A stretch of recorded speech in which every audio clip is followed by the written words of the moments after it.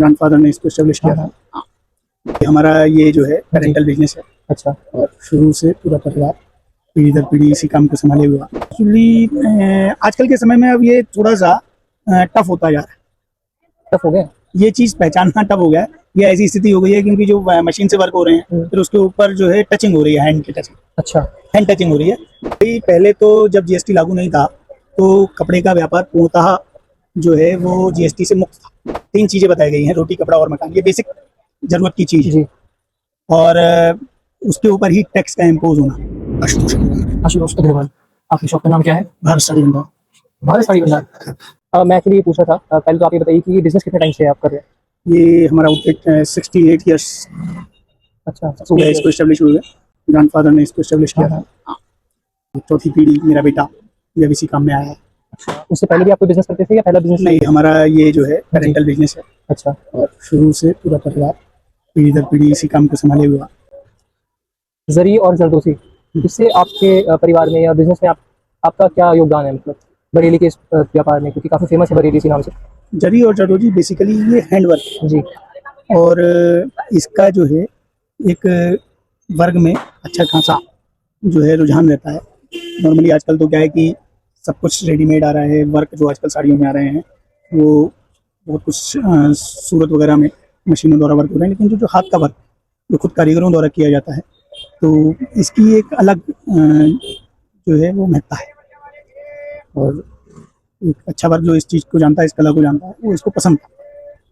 आप मुझे बताएंगे कि जैसे सूरत की आपने बात करी, वहाँ से जो एम्ब्रॉयडर होकर आता है कपड़ा और जो यहाँ से हैंडीक्राफ्ट होकर जाता है, उन दोनों में कोई पहचान सकता है उन दोनों को साथ ही रखकर? बिल्कुल पहचान होती है। और जो ये सूरत से जो वर्क की साड़ियाँ आती हैं इनकी कॉस्टिंग बहुत कम बैठती है। हाँ, क्योंकि मशीन मेड है ना। हाँ जी। और जरी जरदोजी का जो वर्क है ये चूँकि हाथ से होता है तो ये कॉस्टिंग वाइज हाई साइड पे जाता है। ठीक है। तो बहुत कुछ जो है इसका भी फर्क पड़ता है कि नॉर्मली जो साड़ियाँ सेल हो रही हैं रेंज के अकॉर्डिंग तो वो सूरत की तरफ, सूरत की जो साड़ियाँ आ रही हैं जो मशीन से वर्क हो रहे हैं जी। क्योंकि इकोनॉमिक पड़ती है, वो लुक वाइज अच्छी दिखती है और इसलिए धीरे धीरे जो सामान्य वर्ग है, जो मध्यम वर्ग है, तो वो धीरे धीरे इस तरफ शिफ्ट होता है। क्योंकि हैंड वर्क है, जरी जरदोजी का काम है, ये मतलब कॉस्टिंग वाइज अपर रेंज में चला जाता है। तो इस कारण से थोड़ा सा ये बाइफर्केशन है। वो तो है, बifurcation तो है, पर आप ये मान रहे हो कि ये डिक्लाइन पे जा रहे हैं कारीगरी का काम जो है? धीरे धीरे अगर आप मास्क और एक क्लास की बात करें तो जो एक बड़ा वर्ग है जी।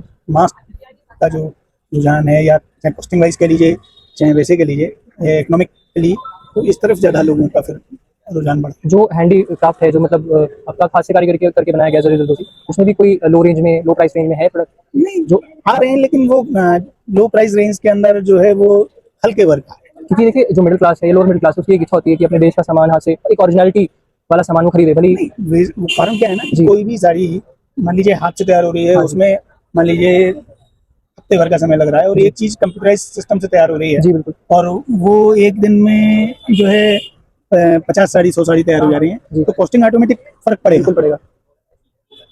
ये एक बहुत बड़ी बात है। अगर आप बताना चाहें, एक्सप्लेन कर पाएंगे कि कोई कैसे पहचान पाएगा रियल जरदोसी जो है हाथ से कारीगरी, कैसे पहचान सकते हैं? ये बेसिक फर्क क्या है जो देख कर ही पता लग जाए? एक्चुअली आजकल के समय में अब ये थोड़ा सा टफ होता जा रहा है। टफ हो गए। ये चीज़ पहचानना टफ हो गया है। ये ऐसी स्थिति हो गई है क्योंकि जो मशीन से वर्क हो रहे हैं फिर उसके ऊपर जो है टचिंग हो रही है, हैंड की टचिंग, अच्छा। हैंड टचिंग हो रही है। तो ये एक बहुत बड़ा फर्क है। वर्क मशीन से हुआ, उसके ऊपर जो है टिकी है और बाकी चीज़ें हैं उसकी टचिंग कर दी।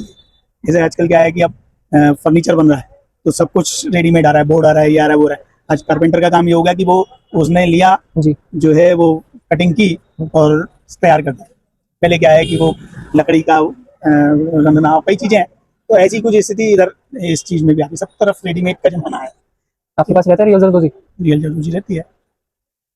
और मैंने क्या बताया, रहती वो भी है, लेकिन आजकल जो है वो चूंकि भाई व्यापार करना है और जिस तरफ उसका बहुत प्रैक्टिकल रीजन है, जो प्रैक्टिकल जो रहेगा वो फिजिबल जो रहेगा।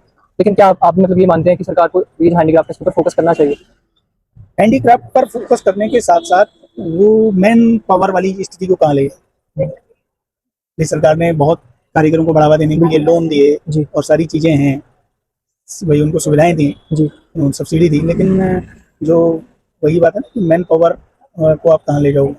तो एक कारीगर को अगर आप 4-5 दिन लग रहे हैं तो उसको अगर आप 500 रुपये रोज या इस तरीके से करके भी देंगे तो बात तो वही, वो चीज़ को तो डिफरेंस को दूर नहीं कर सकते ना।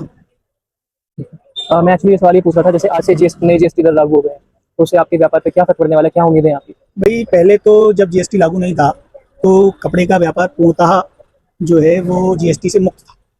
अब क्या कोई टैक्स नहीं होता सर कपड़े के ऊपर? पहले जो है कोई टैक्स नहीं था, ठीक है। और आज जो है ये जीएसटी लागू की गई है। सबसे पहली बात तो ये है कि साड़ी और ये परिधान जो है लहंगा साड़ी वगैरह, ये भारतीय परिधान है, ये जो है भारतीय नारी की पहचान है।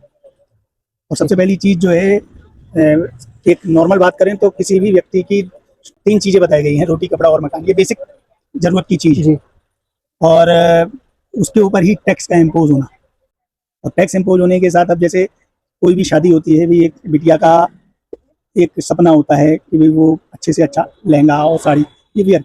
अब सरकार ने पहले लहंगे पे 12% टैक्स लगाया, अब उसको 18% कर। वास्तविकता में तो सरकार को चाहिए कि ये कपड़ा जो है पूर्णतः कर मुक्त होना चाहिए, क्योंकि ये बेसिक जरूरत है, एक नीड है आम आदमी की भी और वैसे